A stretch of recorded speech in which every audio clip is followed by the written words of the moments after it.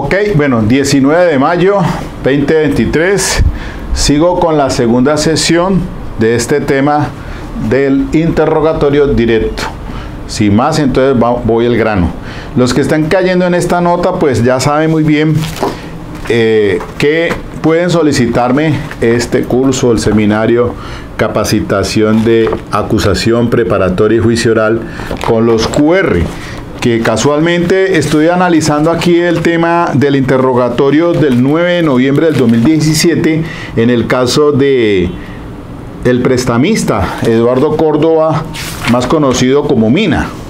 Ahí hay dos, en el canal hay dos juicios orales completos presenciales, acusación preparatoria y juicio oral, el de Isidoro y el prestamista, que estoy analizando entonces y lo voy a colocar a renglón seguido la intervención de la fiscal propiamente y cuando yo objeto y por qué objeto, y ahí voy explicando.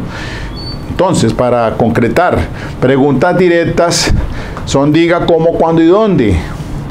Es para ir manifestándole esas preguntas en el interrogatorio, pero que no se las puede sugerir, porque si se las sugiere, entonces objételas. También les dije que las objeciones, y trayendo en a colación un cuadrito del libro que les comenté en la sesión anterior de el interrogatorio y contrainterrogatorio de Bárcenas, en paz descanse. Acá está, él se refiere allí en página 166 cuando se objeta, ¿no? Y concretamente pues en las objeciones recordemos que el interrogatorio, la norma indica acerca del interrogatorio que el examen de los testigos, el 392 concretamente, ¿no? Que toda pregunta debe versar sobre los hechos específicos, o sea, pertinencia, del 375. Que el juez prohibirá toda pregunta que sea sugestiva,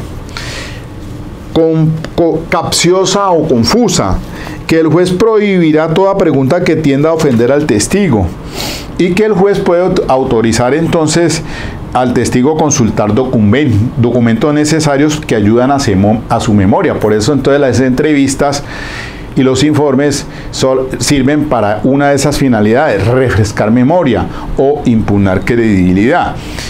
Y el juez debe excluir toda pregunta que no sea pertinente. Esas son las reglas básicas de nuestro artículo 392 de la ley 906.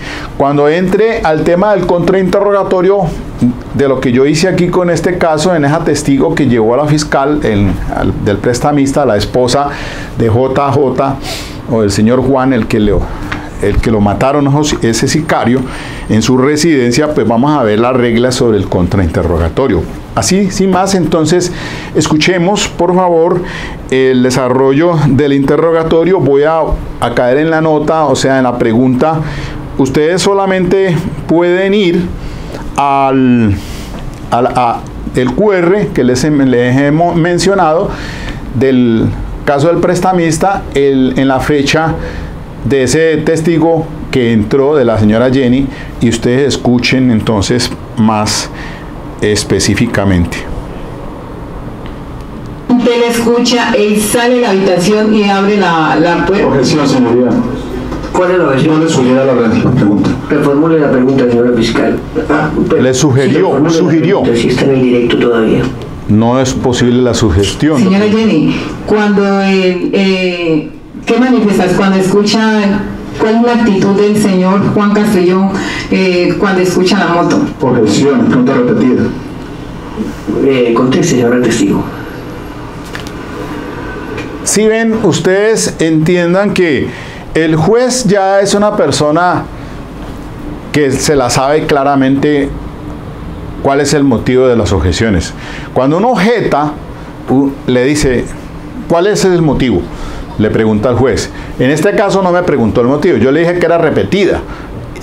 Y sencillamente conteste la pregunta, o sea que no le dio lugar a ella. Los jueces, su mayoría, pues ya son personas muy, ya han cogido en esto por lo que yo digo aquí, que las reglas las experiencias repetidas le dan las habilidades. Por eso hay que ir a los juicios orales. Y de allí que estaba en contra con esto virtual, y lo sigo sosteniendo porque esto que se hace, como en este caso presencial, difícilmente se podía resolver en lo virtual. A problema.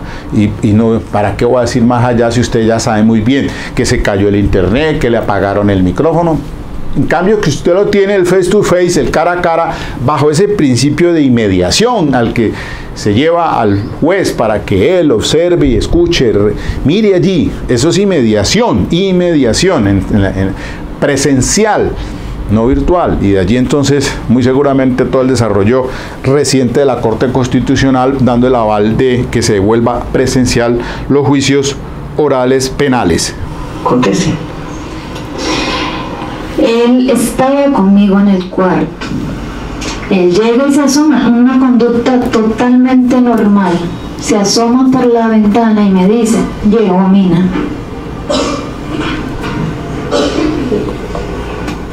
Generalmente cuando llega el señor Mina, ¿él ingresa a la casa inmediatamente? Sí, señora. Luego cuando el señor ingresa, usted manifestó aquí en el despacho que el señor ingresó al baño. Objeción. Soy repetido, ya No ha contesté. terminado la pregunta, doctor. Termine, la señora fiscal.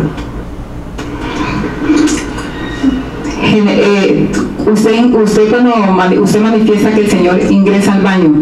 ¿La puerta de la habitación donde usted está acostada está cerrada o está abierta? Está entreabierta. Señora Jenny, manifieste a ese despacho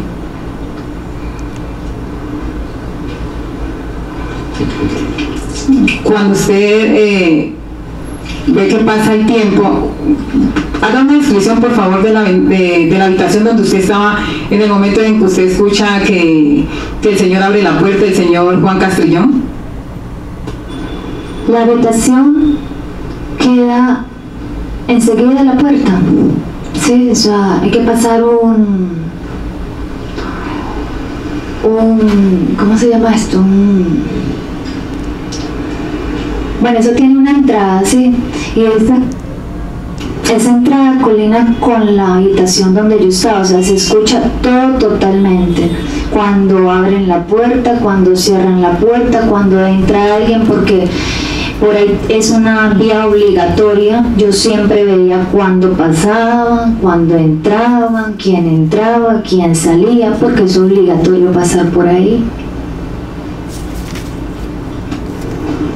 Usted manifiesta que usted le pareció raro que el señor no hubiese ingresado y que existe por ahí, que existe una ventana, una visibilidad donde usted puede observar. Objeción, señor juez. ¿Cuál es la objeción, doctor? Está haciendo preguntas repetidas y además inducidas. No ha terminado la pregunta, doctor. Continúe, señora fiscal. Bueno, Es clara la visibilidad que usted, por la parte donde usted observó que estaba el señor Eduardo Mina. Totalmente clara, es una ventana con vidrio espejo, donde ellos no me pueden ver a mí, pero yo sí puedo ver quién está ahí. ¿Usted manifiesta que los escuchó hablando? No los escuché hablando, no los escuché hablando, los vi hablando. Obviamente si preguntó por el billete, pues tenían que haber estado hablando. Usted manifiesta que el día de los hechos el señor Eduardo Córdoba Mendoza, había el fin era reunirse para cuadrar cama. Cuando ocurren este tipo de hechos, el señor lleva dinero al señor Juan Antonio Castrillón. ¿Llevaba dinero? Sí, señora, llevaban una semana así. Estábamos en Rotanillo haciendo unas vueltas. ¿Usted estaba presente en esas entregas? Sí, señora. ¿Usted recuerda si el señor Juan Antonio Castrillón, cuál era la cifra que le iba a llevar? Ya se le había manifestado la cifra de dinero que le iba a llevar ese día el señor Eduardo Córdoba Mendoza. Sí, señora, el día antes él había cuadrado en la casa, había mirado todas las fichas y él me dijo a mí, me tienen que entregar un dinero. Yo le dije, ¿de cuánto dinero estamos hablando? Porque yo necesito que viajemos, o sea, teníamos un viaje para el Amazonas. Entonces él me dijo, me va a entregar 8 millones. Cuando ocurre es dentro de esta actividad, es normal que la persona venga acompañada del señor Eduardo Córdoba, o generalmente vienen solos. Siempre iban solos. ¿Qué medidas de seguridad entonces tenía el señor con relación a esas entregas, el señor Juan Castrillón? Ninguna medida de seguridad. Cuando usted manifiesta que usted escucha el primer disparo, ¿hacia dónde se dirige usted? Yo estaba parada en la puerta porque le iba a avisar a Juan que había otro tipo ahí junto con Mina. Entonces ahí fue cuando yo me encontré con Juan prácticamente frente a frente y vi cómo le dispararon en el brazo derecho. ¿Usted puede observar dónde estaba el señor Eduardo Córdoba Mendoza? Ya había bajado. Había bajado, es que ¿en dónde estaba? ¿Me puede especificar? Estaba en el segundo piso. ¿Usted hacia dónde se dirigió? Inmediatamente escucha el primer disparo. Hacia el cuarto de los niños. ¿Me puede indicar el nombre de los niños? Mi niña se llama Angélica María Pescado Rodríguez, mi niño se llama Juan Camilo Pescado Rodríguez, el hijo de él se llama Gustavo Adolfo Castrillón. Usted acaba de manifestar que el señor Gustavo, ¿nos puede decir cuál fue la actitud del señor Gustavo? Gustavo estaba en un computador. Él me dijo a mí, escuché un disparo, pero yo no salí inmediatamente. ¿Qué vi yo? En el momento que el tipo le dispara en la parte, en el tercer piso, en ese momento Gustavo sale corriendo a perseguir a ese tipo. Usted puede observar cuando Gustavo sale detrás de esa persona que lesiona al señor Juan Antonio Castrillón, ¿puede observar al señor Eduardo Córdoba Mendoza? No, señora, él ya no estaba ahí. Me dice que está en el primer piso. Objeción. Había bajado. Perdón, señora fiscal, evite hacer preguntas sugestivas y estar en directo. Reformule las preguntas. No puede ser sus preguntas sugestivas.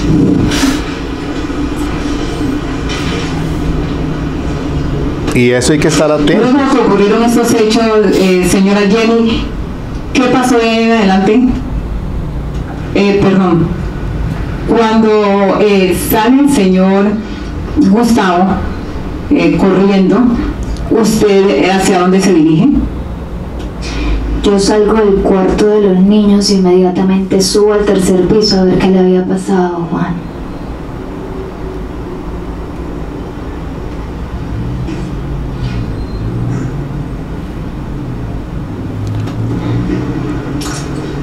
¿Y qué se encuentra? Por favor, indíquenos. Objeción, eso ya fue contestado, su pregunta repetida. Conteste, señora testigo. Él estaba tirado en el piso, agonizando. Estaba muerto.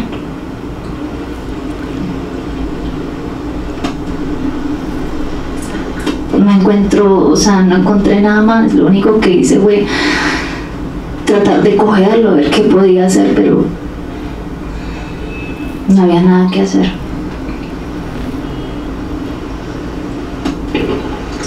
Su señoría, eso es todo. por parte de la Fiscalía.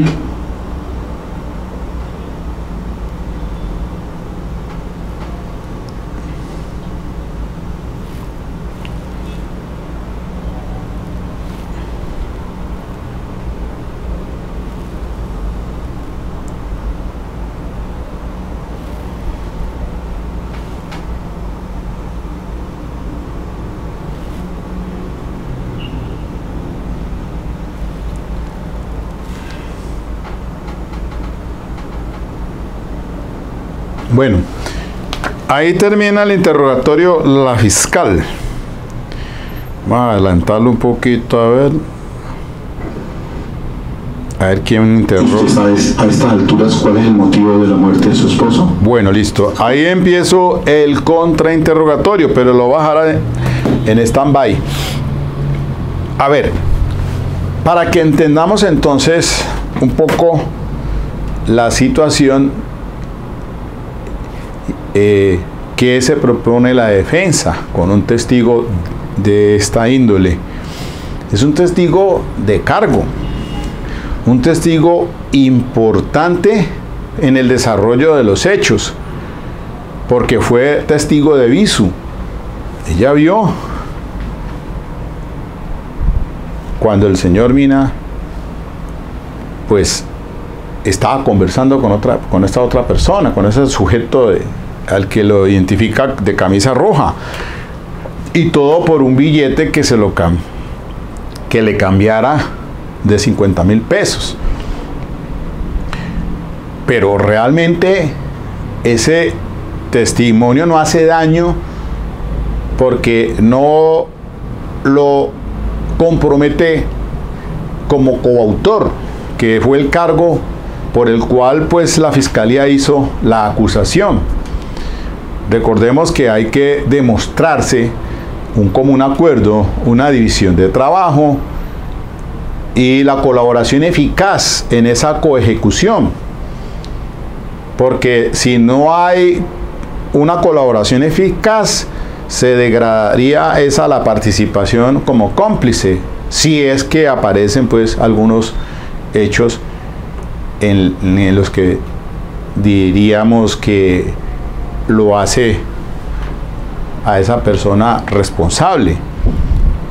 Entonces yo era que direccionar todo sobre los hechos jurídicamente relevantes, lo involucraran a él en esa ubicación como presunto coautor. Pero entonces, ¿había un motivo para estar presente? Sí. ¿Que por qué llegó a las 7:20 y si era primero John y lo atendía él después? Pues eso no hay forma de explicarse. De todas maneras, había que llegar las dos personas, John y Eduardo, para la entrega de ese dinero que recogían al prestamista. O sea que sí había un motivo para estar a esa hora, porque sí habían sido citados a esa hora.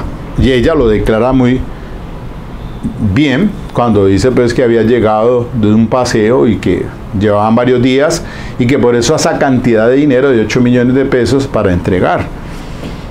Por lo menos allí estaba dada el motivo por el cual estaba presente. Ya en relación de lo que sucede cuando el señor J escucha el ruido de la moto, se asoma por la ventana y ve a Eduardo Mina y le dice a la mujer, ahí llegó Mina. Es cuando pues se le abre la puerta, pero que el señor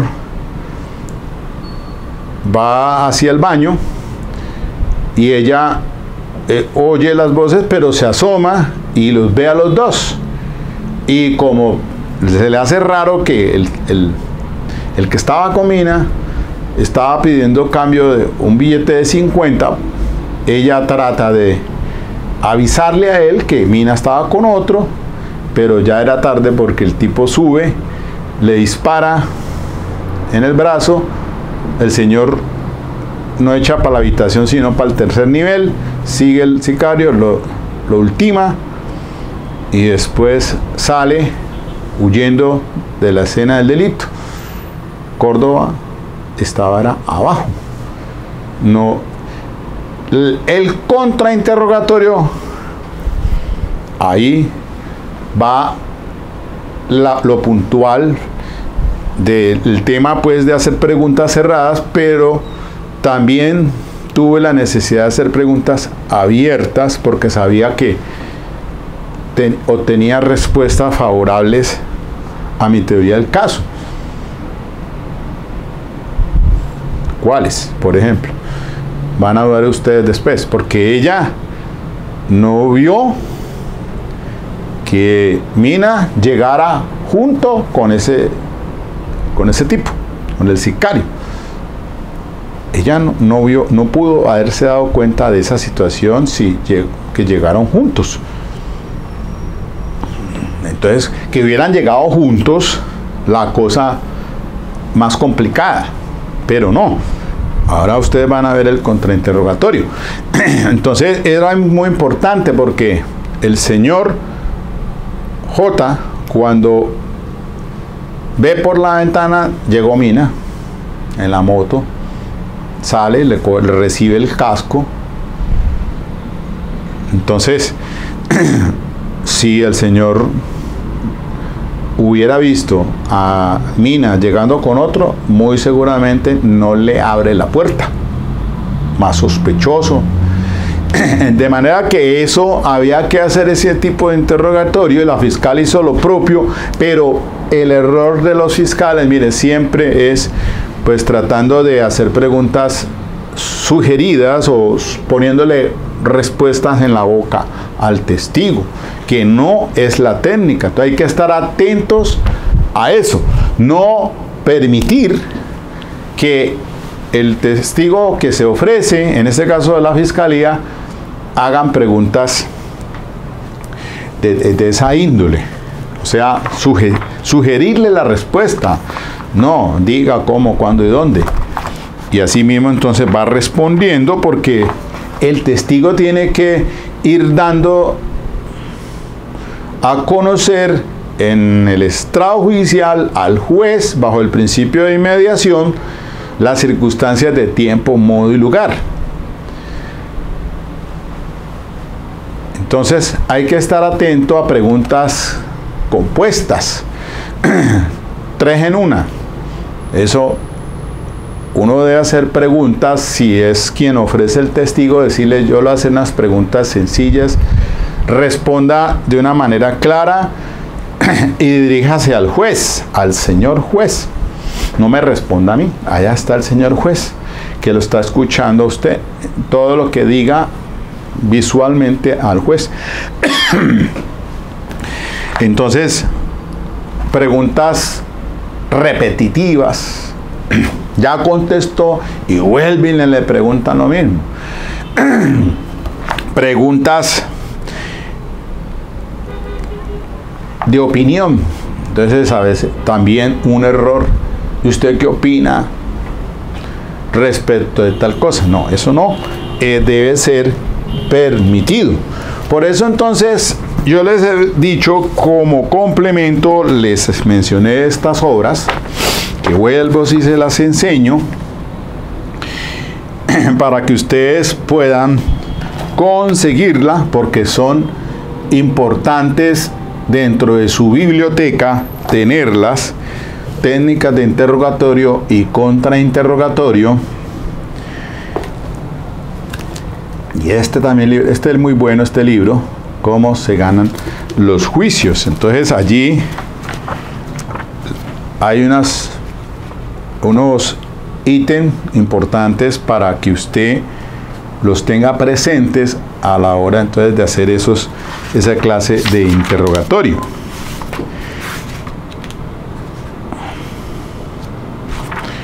Miren ustedes que les insisto respecto a esto virtual, ahora que vuelve a la presencialidad, muy importante que en el estrado judicial pues se pueda manejar con más objetividad todo ese tipo de recomendaciones que se hacen para llevar un interrogatorio eficaz. De allí que es necesario que usted, cuando le hagan el descubrimiento de los elementos materiales de prueba, le hagan descubrimiento de esas entrevistas y de los informes, los tenga ya estudiados para cuando ese testigo llegue allí a declarar. Y es que aquí hay una cuestión de que la memoria y la concentración fallan enormemente. He visto, y de pronto yo también lo hice, de que cuando se pregunta, copiar respuestas. Yo conocí un fiscal acá en Infancia y Adolescencia que hacía la pregunta y hasta que no copiaba la respuesta no seguía con la siguiente. Qué farragoso y qué horrible un interrogatorio de esa manera. Así no es la cosa. Uno debe tener una concentración, las preguntas y que se hacen en un orden, primera, segunda, tercera. Muchas veces cuando ya usted va en la quinta pregunta y le ha respondido, se le olvidó qué fue lo que dijo le hizo la primera pregunta. Entonces hay que, pues, ir teniendo esa habilidad para captar y retener lo que el testigo ha dicho. Si es el caso, pues listo, uno podría medio alcanzar a tomar una nota de algo concreto. Si usted tiene de testigo, pues usted ya tiene listas las preguntas, si es suyo. Pero si es del fiscal, entonces, pues como llevar un mapa mental o también una gráfica allí, cosa de que no copiar pues toda la pregunta, pero sí preguntó la hora, preguntó el lugar, preguntó lo que halló, que encontró. Y eso le lleva a tener usted una concentración respecto de lo que ha dicho el testigo. Porque si usted se le olvida de aquí a qué va, a que usted entre otra vez por allá a ver qué fue lo que le dijo a la primera pregunta, pues entonces, ¿cómo es las preguntas que se van introduciendo, llevando a ese testigo a la escena de los hechos y lo que va relatando? Y las preguntas de cierre o finalizadas, como haciendo énfasis de que el testigo es claro en tal cosa.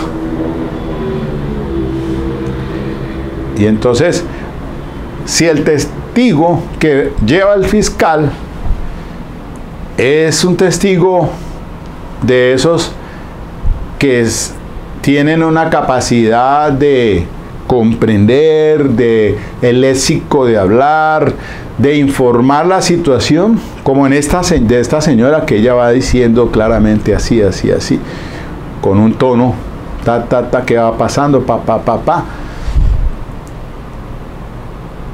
Eso es importante porque si ese testigo no le hace daño a su teoría del caso, lo mejor es que lo deje quieto para el tema del contrainterrogatorio. No se ponga a, escúcheme la expresión, a hurgar y en otras cosas, porque el testigo, de pronto usted le hace el trabajo a la parte contraria. Hay una regla básica acá que lo que pregunta el fiscal y le responde es lo que tiene que ser objeto del contrainterrogatorio. Si usted en el contrainterrogatorio le hace una pregunta de lo que él no ha sido objeto de cuestionamiento por parte del fiscal, se la objeta al fiscal. Objeción, señor juez. El abogado, eso no fue preguntado. Y al lugar. El juez le dice, al lugar, doctor. Al lugar es que tiene la razón y que usted reformule la pregunta. Y muchas veces empiezan a atacarlo a usted así y uno pierde la concentración, se desequilibra porque volver otra vez a preguntar o recomponer la pregunta para acomodarla no es nada fácil.